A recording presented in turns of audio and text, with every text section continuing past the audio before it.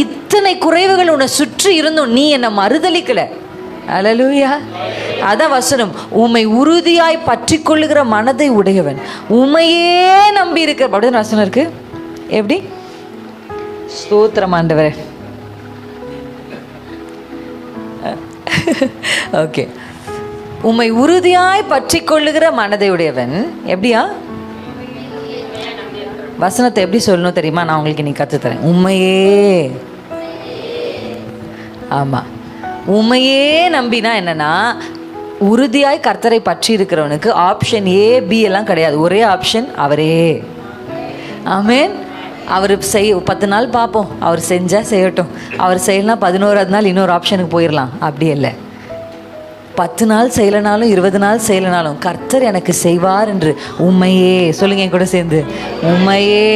ஆமென். Father சொல்றார், வேறு ஒரு ஆசை இல்லை ஏசு ராஜா சொல்றாரா, உம்மை தவிர, உம்மை தவிர. அவருக்கு வேற ஆப்ஷனே இல்லை. அவருக்கு நேசிக்கிறதுக்கு வேற யாருமே. அவர் சொல்றார், உங்களை மட்டும்தான்ப்பா, என் ஆசையெல்லாம் நீங்க தான்ப்பா. நம்ம ஆண்டோட சமூகத்துக்கு போகும்போது கூட, அப்பா எனக்கு வேற ஆப்ஷன் நான் வச்சுட்டு உங்க சமூகத்துக்கு வரல, உங்களை தான் நான் நம்புறேன், நீங்க தான் எனக்கு செய்யணும். ஆமென். அவரை உறுதியாய் பற்றி உண்மையே நம்பினபடினால பூரண சமாதானத்தோடு கர்த்தர் அவரை காத்துக்கொள்வார். ஹல்லேலூயா.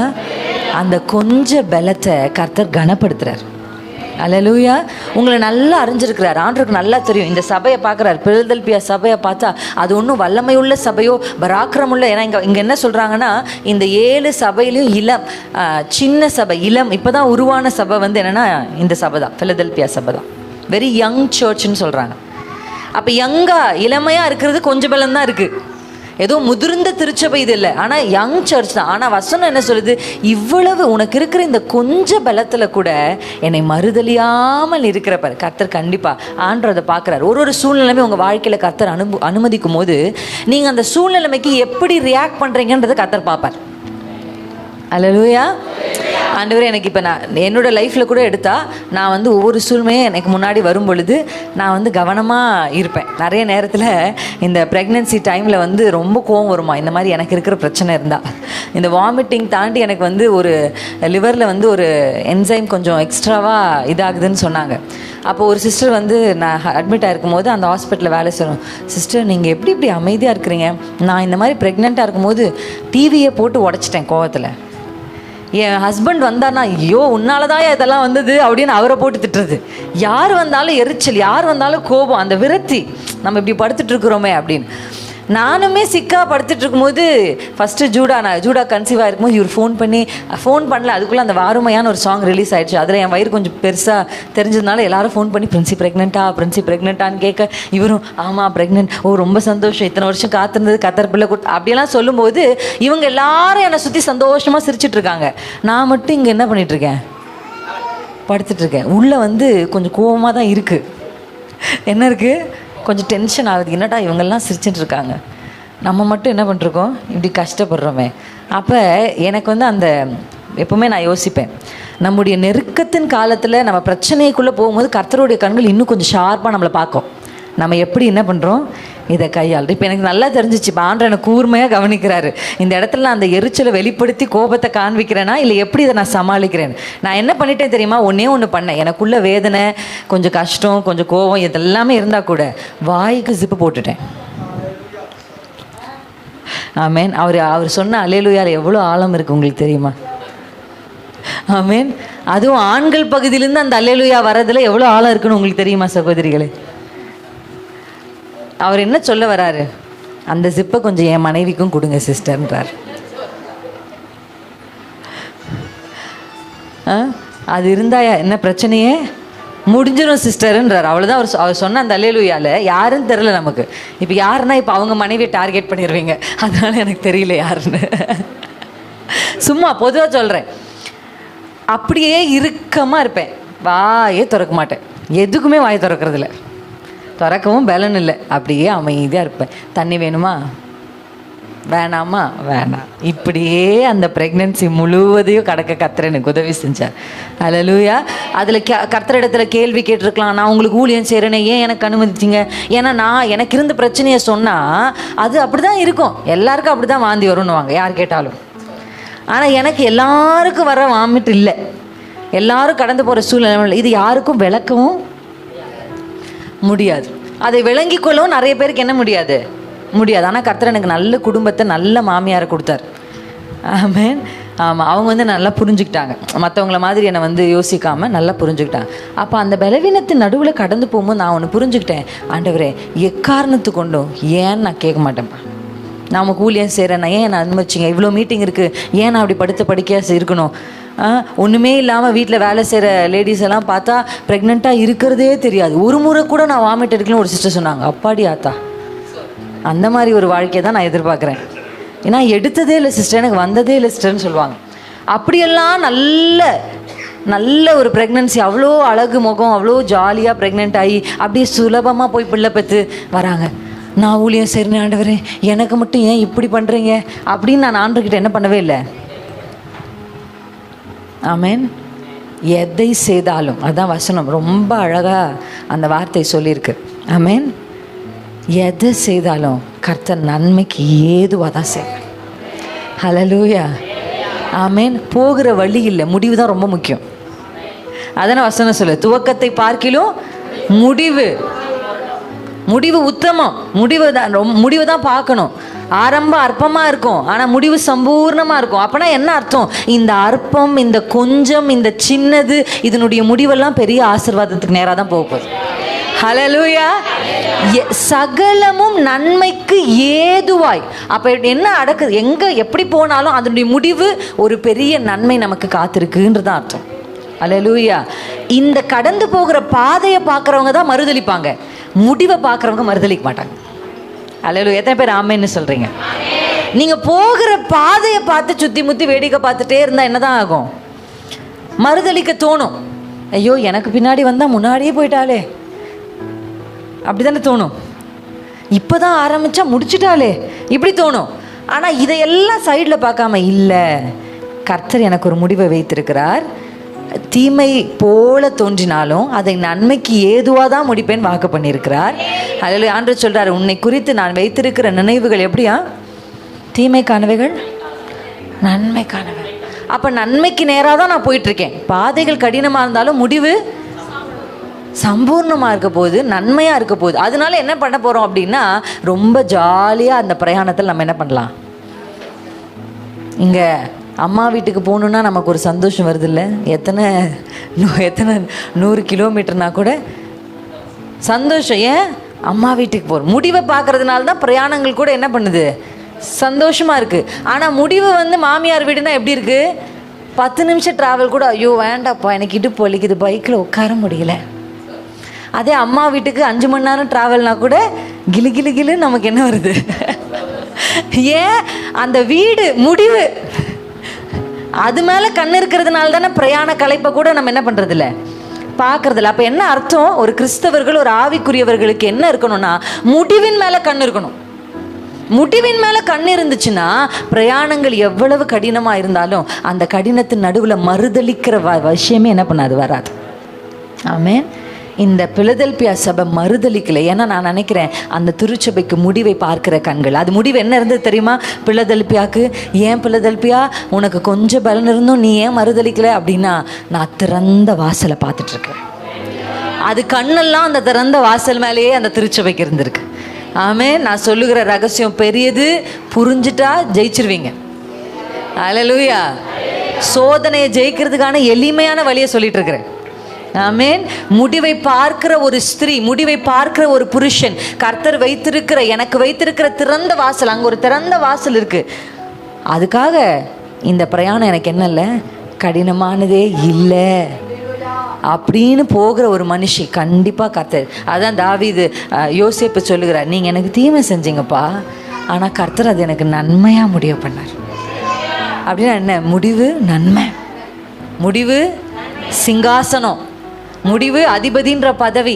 இந்த முடிவை நோக்கி அவர்கள் பயணித்ததுனால தான் அவர்களுடைய பயணத்தில் ஏற்பட்ட எல்லா பிரச்சனைகளும் கொஞ்சம் பலன் இருந்தாலும் மறுதளிக்கல. ஆமென். ஒரு கையை உயர்த்தி ஒரு ஜெபத்தை சொல்லுங்க. ஆண்டவரே, நான் மறுதளிக்காத ஒரு வாழ்க்கையை வாழும். ஹல்லேலூயா. ஆமென். கொஞ்சம் பலன் இருந்தாலும் நான் மறுதளிக்க கூடாது. அப்பனா இந்த சபைக்கு விரோதமாக இந்த சபை தேவனை மறுதளிக்கத்தக்கதான சூழ்நிலைமைங்க அந்த சபைக்கு வந்திருக்கு. கரெக்டா இல்லையா? அப்பதானே அவங்க மறுதளிக்கல. அதாவது நீ பாஸ் அப்படின்னு சொன்னா டெஸ்ட் எழுதியிருக்காங்க, அப்பதான் பாஸ். கரெக்டா இல்லைங்களா நான் சொல்றேன்? டெஸ்ட் எழுதாதவங்க கிட்ட போய் ஆண்டவர் வந்து நீ பாஸ் ஆயிட்டேன்னு சொல்லுவாங்களா? 10th நான் எழுதல, என்கிட்ட ஒருத்தவங்க வந்து கை கொடுத்து கங்க்ராச்சுலேஷன் பாஸ் ஆயிட்டீங்க. நீ என்ன லூஸாப்பா? நான் 10th எழுதி முடிச்சு எவ்வளோ நாள் ஆச்சு கேட்பானா? கேட்க மாட்டேனா? ஏன்னா நான் டெஸ்ட்டே எழுதலை, என்னை பாஸ்ன்னு சொல்லவே முடியாது. அப்போ இவங்களை பாஸ், நீ பாஸ் ஆயிட்ட, மறுதளிக்காமல் நீ கொஞ்சம் பலத்தில் இருந்தும் நீ மறுதளிக்காமல் பாஸ் ஆயிட்டேன்னு ஆண்டவர் சொல்கிறாருன்னா அப்போ இந்த சபை டெஸ்ட் வழியாக போயிருக்கு. இந்த சபை இயேசுவை மறுதளிக்கிறதுக்கு ஏதுவான சூழ்நிலைமைகளை இந்த சபை சந்திச்சிருக்கு. இந்த இடத்துல நிறைய என்ன வருமா, பிலதெல்பியா இந்த பட்டணத்தில் நிறைய பூகம்பங்கள் வருமா. இது ஃபிசிக்கலாக அவங்களுக்கு ஆவிக்குரிய என்ன போராட்டங்கள் இருந்ததுன்னு நமக்கு தெரியல. ஆனால் அவங்க எழுதின டெஸ்ட்டில் அவங்க பாஸ் ஆகிட்டாங்க. அல்லேலூயா.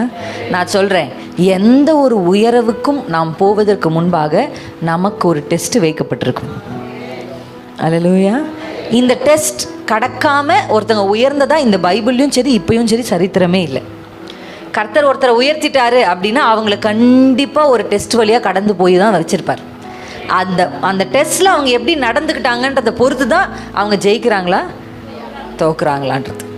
அப்போ நீங்கள் இன்றைக்கி பார்க்குற உயர்வான ஸ்தானங்கள் இருக்கிற தேவ மனுஷர்களானாலும் சரி, இந்த வேதத்தில் பார்க்குற தேவ பிள்ளைகளானாலும் சரி, எல்லாரையும் கர்த்தர் இந்த அக்கினிக்கு உட்படுத்தி இருக்கிறார். இதன் வழியாக அவங்க கடந்து போய் அதை எப்படி அவங்க அந்த அக்கினிக்குள்ளே நடக்கும்போது அவங்க என்ன செஞ்சாங்கன்றதை பொறுத்து தான் அவங்களுக்கு உயர்வுகளையும் மேன்மையும் கர்த்தர் என்ன பண்ணியிருக்காரு. உனக்கு கொஞ்சம் பலம் தான் இருந்தது, ஆனால் உன் கொஞ்சம் பலத்திலேயே உனக்கு வந்த சோதனைய ரொம்ப ஜாக்கிரதையா இல்லை நான் கர்த்தரை மறுதளிக்கிறதுல அப்படின்னு நீங்கள் சொன்னதுனால நான் உனக்கு ஒரு திறந்த வாசலை வைத்திருக்கிறேன். அல்லேலூயா. உங்களுக்கு முன்னாடி இன்றைக்கு ஒரு திறந்த வாசலை கர்த்தர் வைத்திருக்கிறார். என்ன இங்கே சொல்லியிருக்கிற திறந்த வாசலை வைக்க போகிறேன்னு சொன்னாரா? அப்படின்னா என்ன அர்த்தம்? அங்கே தான் இருக்குது, வச்சுட்டார். அது ஆல்ரெடி அங்கே தான் இருக்குது. இப்போ எனக்கு என்ன தேவை? அதை பார்க்குற கண்கள் தேவை. ஆமென். இந்த எந்த சூழ்நிலைமையிலும் மறுதளிக்காத இருதயம் தேவை. ஹல்லேலூயா. வச்சுட்டார், நான் வைத்துட்டேன்ப்பா, இட்ஸ் ஆல்ரெடி தேர். அப்படி தான் நான் சொல்லுவேன். எப்படின்னா, நம்ம ஒரு கண்ணீரின் பள்ளத்தாக்கில் நடக்கிறோன்னா அந்த கண்ணீரின் பள்ளத்தாக்கில் கால் வைக்கிறதுக்கு முன்னாடியே அந்த பள்ளத்தாக்கின் முடிவில் ஒரு நீரூற்ற கர்த்தர் வச்சுட்டார். அல்லேலூயா. ஆமாவா இல்லையா? நான் சொல்கிறது உங்களுக்கு புரியுதா? கண்ணீரின் பள்ளத்தாக்கை உருவ நடந்து அதை நீரூற்றாக்கி கொள்ளுகிறார்கள் அப்படின்னா ஆண்டவர் இந்த பள்ளத்தாக்குக்கு இந்த மனிதனை கொண்டு வந்து அந்த முதல் அடி அந்த பள்ளத்தாக்கில் அந்த மனுஷன் வைக்கிறதுக்கு முன்னாடியே அந்த முடிவில் ஒரு நீரூற்று வைக்கப்பட்டிருக்கு. அல்லேலூயா. நீங்கள் எவ்வளவு சோதனையின் வழியாக சந்தித்தாலும் அது தேவன் உங்களை பரிசோதிக்கிற ஒரு சூழ்நிலைமையாக இருந்தால் கூட கர்த்தர் உங்களுக்கு சொல்கிற வாக்குத்தத்தம் என்ன தெரியுமா? அவர் ஆயத்தம் பண்ணி விட்டார். தேவனிடத்தில் அன்பு கூறுகளுக்கு அவர் ஆயத்தம் பண்ணினவைகள், பண்ண போகிறவைகள் அல்ல. நீங்கள் ஆண்டவரை நேசிக்க ஆரம்பித்த உடனே அவர் உங்களுக்காக ஆயத்தம் பண்ணிட்டார். ஆயத்தம் பண்ணினவைகளை அப்படின்னா பண்ணி முடித்து அவர் ரெடியாக வச்சுருக்கார் அவர் கையில். நான் என்ன செய்யணும்? மறுதளிக்காமல் கொஞ்சம் பலந்தான் இருக்குது ஆனால் மறுதளிக்காதீங்க. வியாதி இருக்குது ஆனால் மறுதளிக்காதீங்க. வறுமை இருக்குது ஆனால் மறுதளிக்காதீங்க. சூழ்நிலைகள், குடும்பங்களில் சமாதான குறைவுகள் இருக்குது ஆனால் மறுதளிக்காதீங்க. ஆமென். அவ்வளோ பெரிய ஆவிக்குரிய ஒரு ஸ்திரீ நான் இல்லை, இப்போ தான் இயேசுவை தெரியும். ஆனால் என்ன நடந்தாலும் எங்கள் சபையில் ஒரு அம்மா இருப்பாங்க, அவங்களுக்கு படிக்க கூட பைபிள் என்ன பண்ணாது, படிக்க தெரியாது. ஆனால் அவ்வளவு வசனங்களை என்ன பண்ணுவாங்க, கேள்வி ஞானத்தில் வசனங்களை சொல்லுவாங்க. அவங்க ஏசப்பாவை ஏற்றுக்கொண்டதுனால அவங்க குடும்பத்தில் யாருமே அவங்கள வீட்டில் என்ன பண்ணல, சேர்த்தலை. பிள்ளைங்க வேறு வேறு இடத்துல இருக்கிறாங்க, கணவர் வேறு இடத்துல இருக்கிறாரு. இவங்க மட்டும் என்ன பண்ணுவாங்கன்னா இட்லி சுட்டு அதை விற்று ஒரு வீட்டில் தனியாக இருப்பாங்க. ஏன் இந்த தனியாக இருக்கிறீங்க? உங்களுக்கு நல்ல ஆண் பிள்ளைகள், 3-4 ஆண் பிள்ளைகள். அவங்களுக்கு ஏன் தனியாக இருக்கிறீங்க?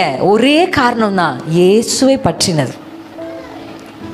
அல்லேலூயா. உங்களுக்கு தெரியுமா, அவங்க சமீபத்தில் இறந்து போயிட்டாங்க. சாகிற வரைக்கும் இயேசுக்காகவே அந்த அம்மா வாழ்ந்தாங்க. அந்த இட்லி விற்கும் போதெல்லாம் சுவிசேஷம் சொல்லுவாங்க. அவ்வளவு பேருக்கு அந்த ஏரியாவில் இயேசுவை பற்றி சொல்லியிருக்கிறாங்க. நான் யோசித்து பார்த்தேன், பரலோகத்தில் அவங்க பலன் எவ்வளவு மிகுதியாக இருக்கும். இப்படி பிடிச்சி பிரசங்கிக்கிறவங்க பலன் மட்டும் இல்லை, அப்படிப்பட்டவருடைய பலன் மிகுதியாக இருக்கும். பரலோகத்தில் நிறைய பேருக்கு சர்ப்ரைஸ் இருக்குது. ஆமென். ஆமாம், பரலோகத்தில் நிறைய பேருக்கு சர்ப்ரைஸ் இருக்குது. நம்ம ரொம்ப எதிர்பார்த்து போகும்போது பார்த்தா ஆண்டவர் ரொம்ப சாதாரணமானவர்களுக்கு பெரிய பெரிய சிங்காசனத்தை கொடுத்துருப்பார். ஆமென். ரொம்ப எளிமையாய் கர்த்தருக்காக மறைந்து ஊழியம் செய்தவர்களுக்கு கர்த்தர் பெரிய பெரிய கிரீடங்களை கொடுத்துருப்பார். அங்கே தான் இருக்கே, தலையில் அதை மாட்டி சுத்தம் போது தான். நல்லா யோசிச்சு பார்ப்பேன் எப்படி இருக்கும். அந்த கிரீடங்களை போட்டு நமக்கென்று கர்த்தர் வைத்திருக்கிற அந்த யோசிச்சு பார்த்துருக்குறீங்களா? என்னைக்காது பரலோகத்தில் நிறைய சர்ப்ரைஸ் இருக்குது. ஆண்டவர் சொல்கிறாரு பாருங்கள், நீங்கள் மறுதளிக்காமல். அந்த அம்மாவுக்கு எவ்வளவு, நீ இயேசுவை மட்டும் இது பண்ணாத, என் வீட்டில் வந்து இரு, நான் உனக்கு சோறு போட்டு பார்த்துக்கிறேன்னு அவங்க பையன் சொன்னார். நான் சர்ச்சுக்கு போகாமல் நான் இருக்க மாட்டேன், எனக்கு நான் சமைச்சிப்பேன், நான் உழைச்சிப்பேன் அப்படின்னு சொல்லி அந்த அம்மா உழைச்சி என்ன பண்ணாங்க, சாப்பிட்டாங்க, ஊழியம் செஞ்சாங்க, நிறைய பேருக்கு இயேசுவை பற்றி சொன்னாங்க, ஆண்டவருக்காகவே வாழ்ந்தாங்க.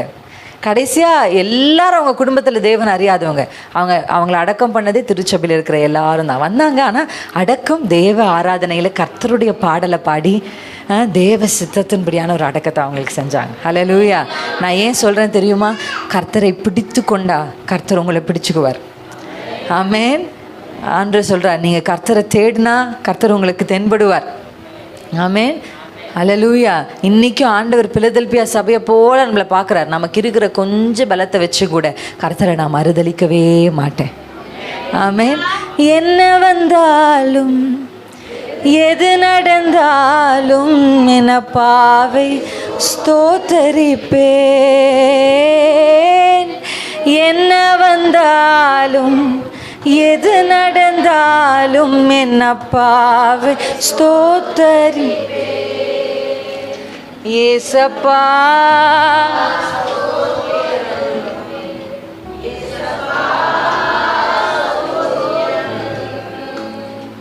ஏசப்பா ஸ்தோத்திரம், ஏசப்பா ஸ்தோத்திரம். ஹல்லேலூயா. பிரச்சனைகள் வரும்போது பாட்டு பாடணும். நான் நிறைய இப்போ ஆண்டவருக்கு எல்லா தேவ பிள்ளைகளுக்கும் எல்லா சபைக்கும் சொல்கிறேன், சூழ்நிலைமைகள் நடுவில் நிறைய என்ன பண்ணுங்க, பாடலை பாடுங்க. ஃபாதர் கேசட் வாங்கிட்டு வந்து போடுங்க. யூடியூப்பில் எவ்வளோ பாட்டு வருது, எவ்வளோ சாங்குகள், எல்லாம் கேட்டுக்கிட்டே இருங்க. உள்ளே போய்கிட்டே இருக்கட்டும். உள்ளே போக போக கரெக்டாக சூழ்நிலைமைகள் நம்ம வருது பாருங்க, கரெக்டாக அந்த பாட்டை வச்சு அடிங்க. ஆமென். ஆமாம், ரொம்ப அழகா அக்கினியில் நடந்து வந்தோம், அந்த பாட்டு தெரியுமா? சேதம் ஒன்றும் இல்லையப்பா. ஆமாம், இந்த பாட்டு வந்து நான் ஒரு பெண்கள் கூட்டத்துக்கு போகும்போது அந்த பெண்கள்லாம் வந்து பாடுறாங்க. அப்போ தான் நான் ஃபஸ்ட் டைம் கேட்குறேன். அவ்வளோ அழகாக பாடினாங்க அந்த பெண்கள். எனக்கு அதுக்கப்புறம் அந்த பாட்டு ரொம்ப பிடிச்சிருச்சு. அவ்வளோ அழகா, உங்கள் கிருபை எங்களை விட்டு பாடுங்க. காலையில் எழுந்தீங்களா, ஆண்டவரே இன்னைக்கு என்னப்பா நல்லா இல்லை, வாய் திறந்து இயேசுவே எவ்வளோ கடந்து வந்தோம், எவ்வளோ நாங்கள் நடந்து வந்தோம், ஆனால் நீங்கள் எங்களை விலகலைப்பா, இம்மை பொழுது கூட உங்கள் கிருபை எங்களை விட்டு விலகலை. நீங்கள் பாடி கர்த்தரை துதிச்சா உங்கள் உள்ளம் நிரம்பும் ஃபஸ்ட்டு. நெக்ஸ்ட்டு ஆண்டருடைய உள்ளம் என்ன பண்ணோம், பரலோக ராஜ்யமே அப்படியே என்ன பண்ணோம், கொண்டாட ஆரம்பிக்கும் உங்களை. அல்லேலூயா. கொஞ்சம் பலன் இருந்தாலும் நான் கர்த்தரை மறுதளிக்க மாட்டேன், பாடிக்கிட்டே இருப்பேன். தாவீதுகிட்ட தான் அந்த ரகசியத்தை கேட்கணும். வனாந்தரத்தில் பாடுறாரு, குகையில் பாடுறாரு, சாப்பாடு இல்லாத போது பாடுறாரு, துரத்தப்படுகையில் பாடுறாரு. அது ரொம்ப அழகாக இருக்குல்ல. பெலிஸ்தியர்களால் அவர் துரத்தப்படுகையில் அவர் பாடி எப்படி இருக்கும் யோசிச்சு பாருங்க. உயிருக்கு பயந்து ஓடிட்டு இருக்கும் போது மனுஷா வேகமாக ஓடிவா அப்படின்னா தாவீது ஓடிட்டே, ஆண்டவரே கர்த்தர் நல்லவர், அவருக்கு எப்படி இருக்கும்னு யோசிச்சு பார்த்தீங்களா? ஏன் தாவீதை கர்த்தர் உயர்த்தினாரு? சும்மா எல்லா ஆடு மேய்க்கிறவங்களும் ராஜா ஆக முடியுமா என்ன? அந்த காலத்தில் எத்தனை பேர் ஆடு மேய்ச்சிருப்பாங்க? எல்லாரும் ராஜாவாக முடியுமா? எல்லாருக்கும் கர்த்தர் உயரங்களை கொடுப்பாரா? உன் சத்துரு துரத்திட்டு இருக்கிறான், ஆனால் வாயில் என்ன வந்துட்டு இருக்கு? ஏன் ஏசப்பா எனக்கு மட்டும் இப்படி நான் வந்துட்டு இருக்கு? எக்காலத்திலும் நான் அவரை ஸ்தோத்திரிப்பேன் பாடுறார். எப்படி பாடுறாரு? சத்துருக்கு பயந்து ஓடும் போது பாடுறாரு, எக்காலத்திலும் நான் ஸ்தோத்திரிப்பேன். எப்போதும் அவர் துதி என் வாயில் இருக்கும். இது எப்போ பாடினாரு? அரண்மனையில் சிங்காசனத்தில் உட்காந்து இந்த பக்கம் அபிகாயில், இந்த பக்கம் இந்த அம்மா உட்காந்துருக்கும் போது பாடினாரா? எல்லாம் இருக்கும்போது அல்ல, அவனால் துரத்தி விடப்படுகையில், ஒரு சத்துரு தன்னை துரத்தும் பொழுது, ஒருவன் தன்னை அவமானப்படுத்தும் பொழுது, அதன் நடுவில் அவர் வாயிலிருந்து வருகிற பாடல், நான் அவரை எக்காலத்திலும் ஸ்தோத்தரிப்பேன். யார் என்னை துரத்தினாலும் ஸ்தோத்தரிப்பேன், எந்த பிரச்சனை இருந்தாலும் நான் ஸ்தோத்தரிப்பேன். அதுதான் கொஞ்ச பலம் தான் தாவீது கிட்ட இருக்கு. தாவீதோட எல்லாருமே இல்லை, ஆனா அந்த கொஞ்ச பலத்துல தாவீது தேவனை மறுதலிக்காம, அந்த தாவீதுக்கு தான் கர்த்தர் திறந்த வாசலை வச்சிருக்கிறார். ஹல்லேலூயா. இந்த திறந்த வாசல தாவி யாராவது பூட்ட முடிஞ்சுச்சா? தாவீது ராஜாவாகிறது. என்ன பார்க்கலாமா? என்ன கவனி. ஓகே ஓகே, என்ன கவனிக்கலாமா? ஓகே, இந்த தாவீது சிங்காசனத்தில் ஏறுறது தான் எந்த மனுஷனும் தடை பண்ண முடியாது. சவுலா இருந்தாலும் சரி, கோலியாத்தா இருந்தாலும் சரி.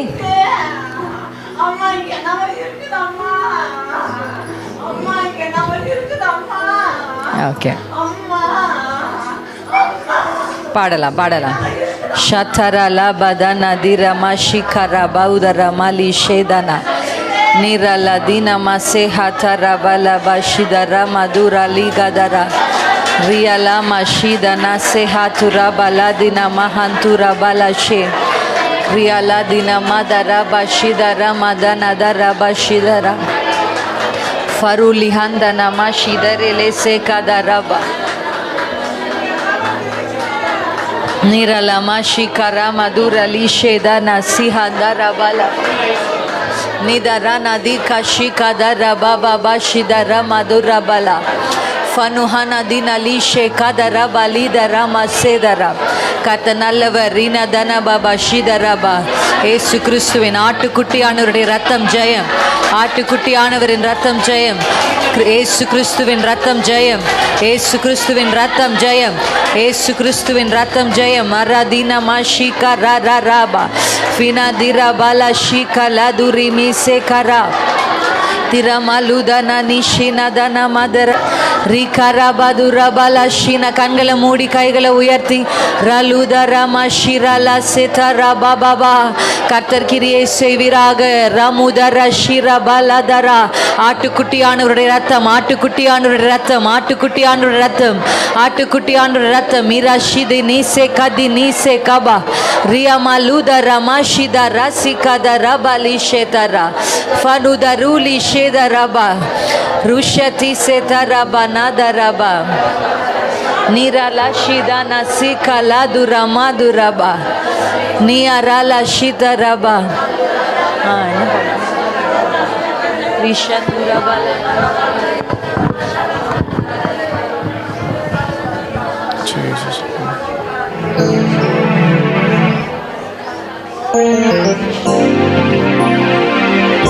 கிறிஸ்துவுக்குள் வாழும் எனக்கு கரங்களை தட்டி எப்போதும் வெற்றி உண்டு. கிறிஸ்துவுக்குள் வாழும் எனக்கு எப்போதும் வெற்றி உண்டு. ஆஹா, வெற்றி உண்டு, வெற்றி உண்டு, வெற்றி உண்டு, நமக்கு வெற்றி உண்டு, வெற்றி உண்டு, வெற்றி உண்டு, வெற்றி உண்டு, வெற்றி உண்டு, வெற்றி உண்டு, நமக்கு வெற்றி உண்டு, வெற்றி உண்டு, வெற்றி உண்டு.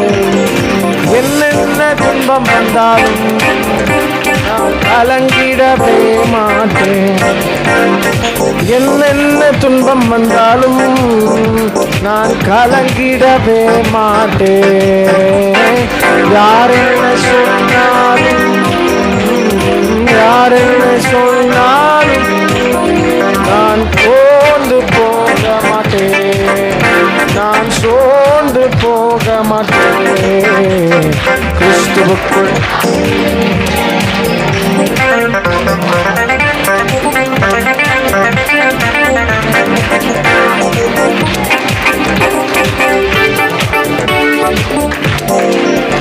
ஆஹா, வெற்றி உண்டு, வெற்றி உண்டு, வெற்றி உண்டு, நமக்கு வெற்றி உண்டு, வெற்றி.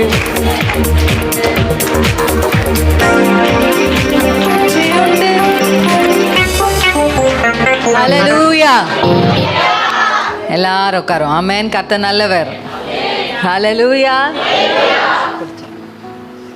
கொஞ்சம் பலன் இருந்தோம் அவரை நான் மறுதலிக்கிறதில்லை.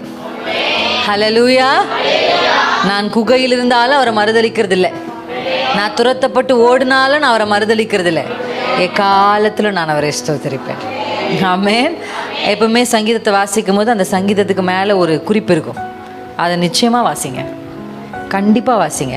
ஏன்னா அதில் சில சூழ்நிலைமைகள், எந்த சூழ்நிலைமையில் இந்த பாட்டு வந்துச்சு அப்படின்றது என்ன பண்ணப்பட்டிருக்கோம், எழுதப்பட்டிருக்கோம். ஹல்லேலூயா. அதனால் அதை நீங்கள் வாசிக்கும் போது உங்களுக்கே ஓ, இந்த சூழ்நிலைமையில் இப்படி ஒரு பாட்டு தாவீதின் வாயில் வந்திருக்கு. ஆமென். அப்போனா நம்மளாலும் அதை செய்ய முடியும். அவரும் நம்மளை போல தானே இருந்தார் மாம்சத்தில். ஆமாம், தாவீதை விட மேன்மையான கர்த்தருடைய பரிசுத்த ஆவியின் நிறைவை நீங்கள் பெற்றிருக்கிறீங்க. தாவீதின் மேல் வந்து இறங்கினார், ஆனால் இயேசுவின் மேல் வந்து தங்கினார். ஹல்லேலூயா. வித்தியாசம் இருக்குது. உங்கள் மேலேயும் என் மேலேயும் கர்த்தர் இறங்கிட்டு போகலை, தங்குறாரு. ஹல்லேலூயா. நீங்கள் தான் என் ஆலயம், நான் உங்களுக்குள்ளே வாசம் பண்ணுறேன்னு ஆண்டவர் சொல்கிறாரு. அப்போ இறங்கி வந்து ஆண்டவர் வந்து இறங்கின ஒரு மனுஷனே துன்பத்தின் வேளையிலும் கொஞ்சம் பலன் இருக்கும்போதும் உபத்திரவத்தின் வேளையிலும் கெபிக்குள்ளே இருக்கும் பொழுதும் கர்த்தருக்கு பாடலை பாட முடியும் என்று சொன்னால், எனக்குள் தங்கி இருக்கிற பரிசுத்த ஆவியானவருக்கு நான் இடம் கொடுத்தா கொஞ்சம் பலன் இருந்தாலும் ஹல்லேலூயா என்னால் அவரை மறுதலிக்காத ஒரு வாழ்க்கையை வாழ முடியும். எப்பயும் அவரை மறுதலிக்காத ஒரு வாழ்க்கை. ஹல்லேலூயா. நம்ம வாசிக்கலாம் நியாயாதிபதிகள் 6ஆம் அதிகாரம் முடிக்க போகிறோம். 6ஆம் அதிகாரத்தில் நம்ம எல்லாருக்கும் தெரிந்த ஒரு மனுஷரை குறித்து, கிதியோன் அவர் பெயர். 14ஆம் வசனத்தை எடுத்தவங்க வாசிக்கலாம். நியாயாதிபதிகள் 6:14.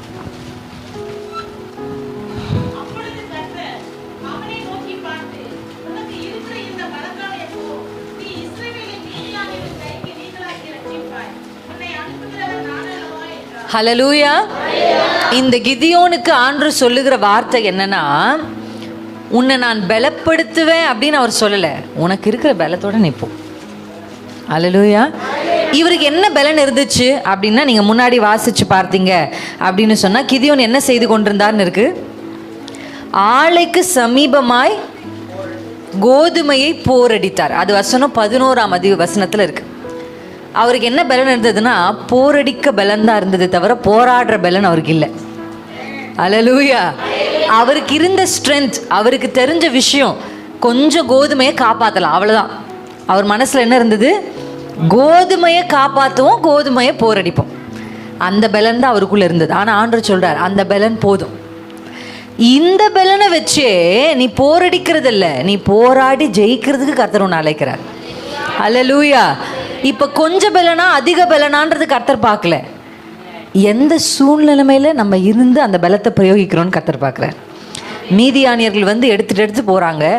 அதே மாதிரி தான் அந்த சபையும் என்ன பண்ணியிருக்கு, சோதனைகளை சந்திச்சிருக்கு. இவரும் என்ன, இவர் வாழ்ந்த நாட்களில் இஸ்ரவேல் ஜனங்களும் என்ன பண்ணிகிட்ருக்காங்க, மீதியானியர்களுடைய சோதனையை. இது என்ன சோதனை தெரியுமா, இவங்க நல்லா பிரயாசப்படுவாங்க, அந்த பிரயாசம் வந்து வளர்ந்து பலன் தரும்போது சத்ரு வந்து எடுத்துகிட்டு போய். இது ரொம்ப வேதனை. ஆமாம் தானே? ஆமாம். நமக்கு வேலையே இல்லாமல் இருக்கிறது வேதனை தான். ஆனால் நீங்கள் ஒரு வேலைக்கு போய் மாதம் முழுசும் சம்பாதிச்சு ஒரு 10,000 கையில் வாங்கும்போது அந்த 10,000 அப்படியே ஒரு கடன்காரனை கிட்ட கொடுக்குறது அதை விட வேதனையா இல்லையா? வித்தியாசம் இருக்கா இல்லையா? நான் வீட்டில் வேலையே இல்லாமல் உட்காந்துருக்கிறேன் அப்படின்னா அது ஓகே, அதுவும் கொஞ்சம் கஷ்டம்தான். ஆனால் நான் மாதம் முழுவதும் சம்பாதிச்ச பணத்தை ₹1 என் குடும்பத்துக்குன்னு நான் செலவிடாமல் மொத்தமாக ஒருத்தர் எடுத்துகிட்டு போனால் அது எவ்வளோ வேதனையாக இருக்கும். அப்படி ஒரு சூழ்நிலைமை தான் மீதியானிகள் சந்தித்தது. நிறைய பிரயாசப்பட்டு உழைச்சி விளைஞ்சு வரும், இவங்க வந்து எடுத்துகிட்டு போயிடுவாங்க. சத்துரு பயங்கரமான தந்திரசாலி. ஆமென். இது ஒரு ஸ்பிரிட்டு. நீங்கள் பார்க்குற பைபிளில் பழைய ஏற்பாட்டில் பார்க்குற ஒரு கூட்டமெல்லாம் அது ஃபிசிக்கலாக இருந்தால் கூட ஒவ்வொன்றும் ஒவ்வொரு ஆவி. ஆபிரகாமுக்கு சொல்லும் போது கர்த்தர் 12 சொல்கிறாரு, எல்லாம் ஒவ்வொரு வகையான ஸ்பிரிட். நாங்கள் கொரோனா காலத்தில் வீட்டில் இருந்தோம். எங்கள் மாமி அந்த 12 கூட்டத்தை குறித்தும் அந்த ஆவிகளை குறித்தும் எங்களுக்கு கற்றுக் கொடுத்தாங்க. அல்லேலூயா. அதை படிக்கும் போது ஒவ்வொரு ஸ்பிரிட்டுக்குள்ளே ஒவ்வொரு கிரியைகள். நம்ம வீடு அதான் சொல்கிறேன், தேவ ஆவியை பெற்ற மனுஷன் வெறும் அந்நிய பாஷைகளோடு உங்களுடைய அபிஷேகத்தை என்ன பண்ணாதீங்க, ஸ்டாப் பண்ணக்கூடாது. எனக்கு ஆண்டவர் ஞாபகப்படுத்தின விஷயம் ரொம்ப சமீபத்தில், அது ரொம்ப அதிகமாக நான் தியானித்து யோசிச்சுட்டே இருக்கிறேன். ஒரு காலையில் எழும்புறேன், கர்த்தர் எனக்கு சொல்கிறாரு, ஆவிக்குரியவன் சகலத்தையும் நிதானித்து தருகிறான். இந்த வார்த்தையை கர்த்தர் நினைப்பூட்டுறார். காலையில் அதிகாலையில் நான் ஸ்தோத்திரம் போட்டு பாடுறதுக்கு முன்னாடி ஃபஸ்ட்டு பைபிளை திறந்து அதை வாசிக்க ஆரம்பித்தேன். அதை வாசித்து 1 Corinthians 1:2 ரெண்டுத்தையும் வாசித்து முடிக்கும் போது 3ஆம் அதிகாரத்தின் துவக்கம் வரையிலும் வாசிக்க ஆவியானவர் இடம் கொடுத்தார். அப்படியே வாசிச்சுட்டே வரும்பொழுது தான் ஆண்டவர் ரொம்ப நிறைய காரியங்கள் ஆவிக்குரியவன், அது ஆங்கிலத்தில் டிசர்னிங், ஜட்ஜிங், நிறைய வார்த்தை போட்டிருக்கிறாங்க ஆங்கிலத்தில்.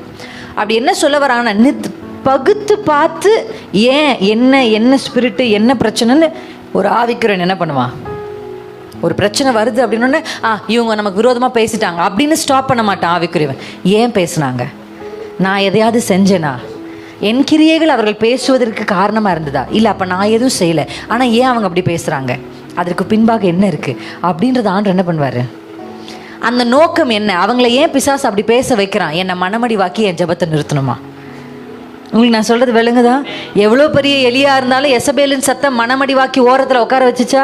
இதுக்கு முன்னாடி நூற்றுக்கணக்கான தீர்க்கதரிசிகளை தன் கையினாலே வெட்டின ஒரு மனுஷன். எப்படி தான் கையால் வெட்டினார் ஒரு தீர்க்கதரிசியும். எப்படி இருந்திருக்கும் அந்த காரியம்? யோசிச்சு பாருங்க. அந்த நான் சம்பவத்தை நினச்சி பாருங்க. அப்போ எலியாவை பார்த்தவங்களாம் எப்படி பார்த்துருப்பாங்க? வெறி பிடிச்ச ஆளியா இந்த ஆள் அப்படியே பார்த்துருப்பாங்க. பயங்கரது இல்லையா அப்படின்னு பார்த்துருப்பாங்க. ஆனால் ஒரே ஒரு நேரில் கூட எசபேல் வரல, நேருக்கு நேர் கூட அவள் சந்திக்கல. அவள் சொல்லி அனுப்பின ஒரு பெண்ணின் வார்த்தை இத்தனை தீர்க்கதரிசிகளுடைய கதையை முடித்த தீர்க்கதரிசி ஓரம் போய் உட்கார வச்சிருச்சு. அப்போ சில பேர் நமக்கு விரோதமாக பேசுகிறாங்க, நம்மளை கஷ்டப்படுத்துகிறாங்க அப்படின்னா அதுக்கு பின்னாடி என்ன இருக்குது தெரியுமா? நம்மளை மனமடி வாக்கி ஓரத்தில் உட்கார வைக்கணும். இது ஒரு ஆவிக்குரியவன் டிசர்ன் பண்ணானா, ஒரு டிசர்னிங், ஒரு தெளிவு ஆவிக்குரியவனுக்கு வந்தா அந்த வார்த்தை இவர்கள் என்ன பண்ணாது? டிஸ்டர்ப் பண்ணாது. அவங்க என்ன தெரியுமா பண்ண ஆரம்பிப்பாங்க? கை உயர்த்தி ஜெபிக்க ஆரம்பிப்பாங்க. இயேசுவின் நாமத்தினால என்னை ஜெபிக்க கூடாதபடி, என்னை மடங்கடித்து என்னை சூறை செடியின் கீழே உட்கார வச்சு என் வாழ்க்கையை கசப்பாக்க நினைக்கிற சத்துருவின் கிரியைகளுக்கு விரோதமாக இப்பொழுது நான் கை உயர்த்துகிறேன். நான் உட்கார மாட்டேன், சூறை செடிக்கு நான் போக மாட்டேன், என்னை எடுத்துக்கொள்ளுங்க, நான் ஜெபிக்க மாட்டேன், ஏன்னா எசபேலிலும் பெரியவர் என் தேவன் அப்படின்னு சொல்லுவேன்.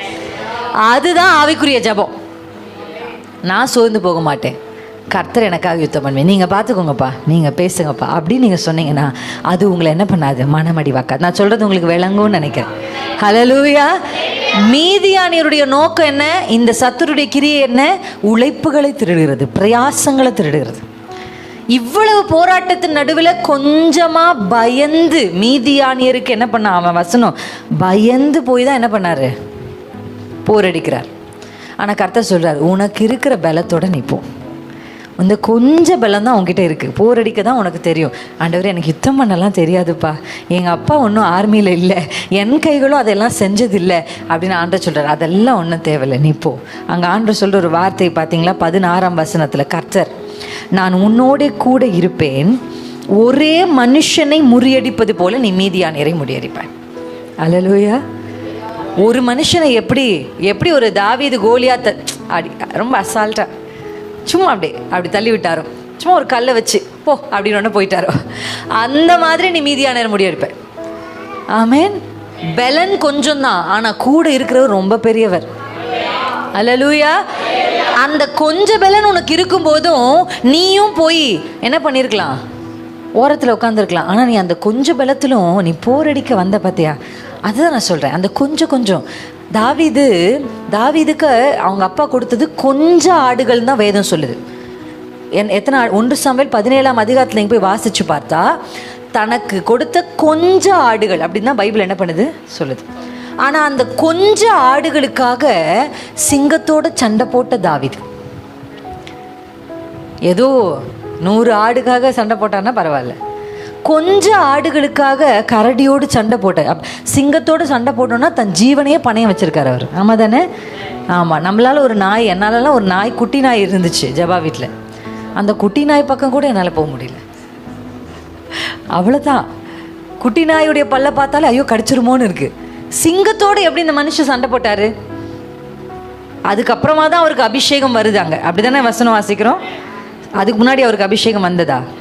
இப்போ நம்ம சிம்சோன் எடுத்தால் கூட சிம்சோன் எப்படி செஞ்சார்னா அவர் மேலே ஒரு அபிஷேகம் இருந்துச்சு. இப்போ தாவீதெல்லாம் அப்படி ஒன்றும் காலங்களுக்கு அப்புறமா தான் 16ஆம் அதிகாரத்தில் அபிஷேகமே வருது. ஆனால் அதுக்கு முன்னாடியே சிங்கத்தோடு கரடியோடும் தாவீது சண்டை போட்டார்னா அவருடைய நினப்பு இந்த கொஞ்சம் ஆடை தப்பு வைக்கணுன்றது தான், இவருடையது கொஞ்சம் கோதுமையை காப்பாற்றணுன்றது தான். இப்படி சின்ன சின்ன காரியத்திலும் தன்னுடைய குறைவுகள், தன்னுடைய பலவீனங்களின் நடுவிலும் கொஞ்சம் கொஞ்சமா செஞ்சவங்களை கர்த்தர் கொண்டு வந்து என்ன பண்றாரு? உயர்த்துறாரு. உங்களுக்கு நான் சொல்றது விளங்குதா? ஆமென். கொஞ்சம் தான் என் வீட்டில் இருக்கு, கொஞ்சம் பலம் தான் எனக்கு இருக்கு, என்கிட்ட கொஞ்சம் தான் இருக்கு, பரவாயில்ல. அந்த கொஞ்சத்துல கர்த்தருக்கு உண்மையாயும் அவரை மறுதலிக்காமல் நீங்க இருந்தா கர்த்தர் உங்களை உயரங்களில் கொண்டு போய் வைக்க அவர் உண்மை உள்ளவராயிருக்கிறார். ஹல்லேலூயா. இந்த மீதியான நீ போர் அடிக்கிறதுக்காக இல்லை, நீ போராடி ஜெயிக்கிறதுக்காக அழைக்கப்பட்டவன். அப்பா போராடணும்னா எனக்கு பலன் வேணுமே, போராடணும்னா அந்த கவசங்கள்லாம் வேணுமே, அதெல்லாம் வேண்டாம். ஒரு மண் சட்டி, ஒரு தீவெட்டி எடுத்துட்டு போ. எனக்கு ரொம்ப ஆச்சரியம் இந்த புத்தகத்தை நான் வாசிக்கும் பொழுதே, ஆண்டவர் எவ்வளோ ஒரு ஜெயத்தை அவர்களுக்கு கொடுத்தார்ல, அந்த சத்தம். ஆமேன். எத்தனை பேர் ஆமேன்னு சொல்கிறீங்க? ஆமேன். நம்ம கர்த்தரால் செய்யக்கூடாத அதிசயமான காரியம் ஒன்றுமே இல்லை. நீங்கள் உங்களை பார்க்கும்போது தான் நீங்கள் தோற்று போகிற மாதிரி தெரியும். ஆனால் உங்கள் பக்கத்தில் இருக்க ஆண்டரை பார்க்க ஆரம்பிச்சிங்கன்னா கண்டிப்பாக ஜெயம் உங்களுதுன்னு உங்களுக்கு தெரிஞ்சிடும். ஹல்லேலூயா. என் கையில் வெறும் தீவெட்டியும் மண்சட்டியும் தான் இருக்குன்னு நீங்கள் சொன்னீங்கன்னா பரவாயில்ல, அதை கொண்டே கர்த்தர் மீதியானியரை துரத்த அவரால் முடியும். ஹல்லேலூயா. எனக்கு பயங்கரமாலாம் ஜெபிக்க தெரியாது, கொஞ்சமாக தான் எனக்கு ஜெபிக்க தெரியும், பரவாயில்ல, ஜெபம் பண்ணுங்க. ஜெபம் பண்ணாமல் இருக்காதீங்க. நான் கொஞ்சம் பாஷைகள் தான் பேசுவேன், பேசாமல் இருக்காதீங்க, பேசுங்க, பேசிக்கிட்டே இருங்க. ஹல்லேலூயா. கர்த்தர் பாஷைகளை பெருக பண்ணுவார், ரகசியங்களை பெருக பண்ணுவார். நீங்கள் ஒரே ஒரு குறிப்பிட்ட பாஷைகளை பேசும் பொழுது அந்நிய பாஷை பேசுகிறவன் தனக்குத்தானே பக்தி விருத்தி உண்டாக பேசுகிறான். The one who speaks in tongues, he strengthens himself அப்படின்னு இருக்கு. அப்படின்னா என்னன்னா, அவனே தன்னை பலப்படுத்திக்கிறான். நீங்கள் அந்நிய பாஷை பேசும்போது என்ன நடக்குது? நீங்கள் ஆண்டோட ரகசியத்தை பேசுகிறீங்க. இன்னொன்று, நீங்கள் பேச பேச உங்களுக்குள்ள ஒரு பலன் என்ன பண்ணிகிட்ருக்கு? வருது. அப்போ நீங்கள் குறிப்பிட்ட பாஷைகளை குறிப்பிட்ட நேரத்துக்கு பேசுகிறத நிறைய பாஷைகள் நிறைய நேரங்களுக்கு பேசும் பொழுது எவ்வளோ பலன் உங்களுக்கு கிடைக்கும்? ஹல்லேலூயா. அப்படி உங்களுக்கு இருக்கிற கொஞ்சம் ஒரு எங்களுக்கு தெரிஞ்ச எங்களுடைய ப்ரேயர் டீமில் அக்காவுக்கு சும்மா அப்படி ஒரு 2 தான் வரும், விடவே மாட்டாங்க. அந்த அக்கா அதையே பேசிகிட்டு இருப்பாங்க. கர்த்தர் அப்படியே அந்த பாஷைகள் என்ன பண்ணார்? கூட்ட ஆரம்பித்தார், பெருக்க ஆரம்பித்தார். ஹல்லேலூயா. உங்ககிட்ட கொஞ்சம் தான் இருக்குது, ஆனால் அந்த கொஞ்சத்தில் அவரை மறுதலிக்காமல் உண்மையாக நீங்கள் இருப்பீங்கன்னா கர்த்தர் உங்களை கொண்டு பெரிய காரியங்களை செய்வார். எழுந்து நிற்போமா? எல்லாரும் எழுந்து நின்று கண்களை மூடி நம்ம ஜெபிக்க போகிறோம். ரொம்ப முக்கியமான நேரம். இந்த நேரத்தில் தான் நீங்கள் தேவ கிருபையை கர்த்தரிடத்திலிருந்து பெற்றுக்கொள்ளணும். அந்த பிலதெல்பியா சபை கர்த்தரை மறுதலிக்கணும்னு சத்துரு நிறைய திட்டங்களை போட்டான். மீதியானியரை கொண்டு வந்தது போல இந்த சபைக்கு விரோதமாக நிறைய காரியங்கள் நடந்தது. ஆனால் அந்த டெஸ்ட்லலாம் அந்த சர்ச்சு பாஸ் ஆச்சு. நீ மறுதலிக்கலைன்னு ஆண்டவர் அந்த சர்டிஃபிகேட் கொடுத்தாரு. சொல்லுங்கள், ஏசப்பா என்னை குறித்து நீர் அப்படி சர்டிஃபிகேட் கொடுக்கணும், என்னை குறிச்சும் நீர் அப்படி சொல்லணும். உனக்கு கொஞ்சம் பலம் தான் இருந்தது, ஆனால் நீ என்னை மறுதலிக்கலை, நீ என்னை தூஷிக்கலை, என்கிட்ட கேள்வி கேட்கலை, புலம்பலை. ஆனால் நீ உனக்கு கொஞ்சம் பலன் இருந்தும் நீ என்னை மறுதலிக்காமல் இருந்தபடினால உன் கிரியை நான் அறிந்திருக்கேன். நான் உன்னை பார்த்து கொண்டிருக்கிறேன். உன் செய்கைகளுக்கு தக்க பலனை நான் உனக்கு தர ஆயத்தமாக இருக்கிறேன். இதோ ஒரு திறந்த வாசலை உனக்கு முன்னாடி நான் வைக்கிறேன்னு கர்த்தர் சொல்லுகிறார். ஒரு மனுஷனாலும் பூட்ட முடியாத ஒரு வாசல். நீபாலா ஷிரபாலா திராசே. உனக்கு இருக்கிற பலத்தோட போ. என்கிட்ட கொஞ்சம் பலம் தான் இருக்கப்பா, எனக்கு போரடிக்க மட்டும்தான் தெரியும், கோதுமையை மட்டும்தான் பாதுகாக்க தெரியும். ஆனா கர்த்தர் சொல்லுகிறார், நீ கோதுமையை பாதுகாக்க இல்லை, இஸ்ரவேல் ஜனங்களை சத்ருவின் கைகளிலிருந்து தப்புவிக்க அழைக்கப்பட்டிருக்கிறார்.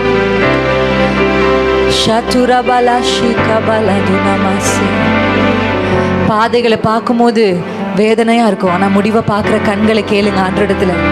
ஏசப்பா, நான் திறந்த வாசலை பார்க்கணும்பா, அந்த நீரூற்ற என் கண்கள் பார்க்கணும்பா. என் பலனெல்லாம் நீர்தானையா, என் பலனெல்லாம் நீர்தானையா. 2 கையை உயர்த்தி சொல்லலாமா? பலனெல்லாம் நீர்தானையா, பலனெல்லாம் நீர்தானையா, பலனெல்லாம் நீர்தானையா. என் பலனே நீரேசையா,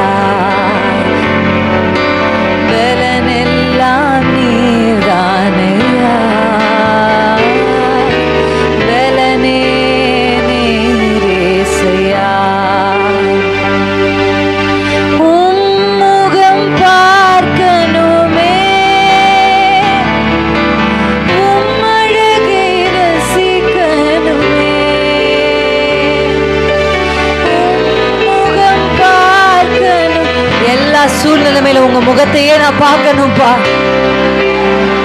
கொஞ்ச பலத்திலும் உம்மை விடாம நான் பற்றி இருக்கணும்ப்பா. உம் பாதம் அமரணுமே, உங்க சித்தம் அறியணுமே. உம் பாதம் அமரணுமே, உம் சித்தம் அறியணுமே. அப்படியே கை உயர்த்தி தேவனிடத்துல பேசுங்க பாப்போம். இன்றைக்கு நாங்கள் கேட்ட வார்த்தை கர்த்தர் சொல்லி அனுப்பினது, நீ கொஞ்சம் பலன் இருந்து என்னை மறுதளிக்கல, உன் கிரியைகளை நான் அறிஞ்சிருக்கிறேன். ஏசப்பா, நான் பலனா இருக்கும் போதும் பலவீனமா இருக்கும் போதும், அதிக பலன் இருக்கும் போதும் கொஞ்சம் பலன் இருக்கும் போதும் நானும் மறுதளிக்காம வாழுகிற ஒரு வாழ்க்கை எனக்கு கொடுங்க. தாவீதை போல கெபியில் இருந்தாலும் வனாந்தரத்தில் இருந்தாலும் சத்துருவால் துரத்தப்பட்டு இருந்தாலும்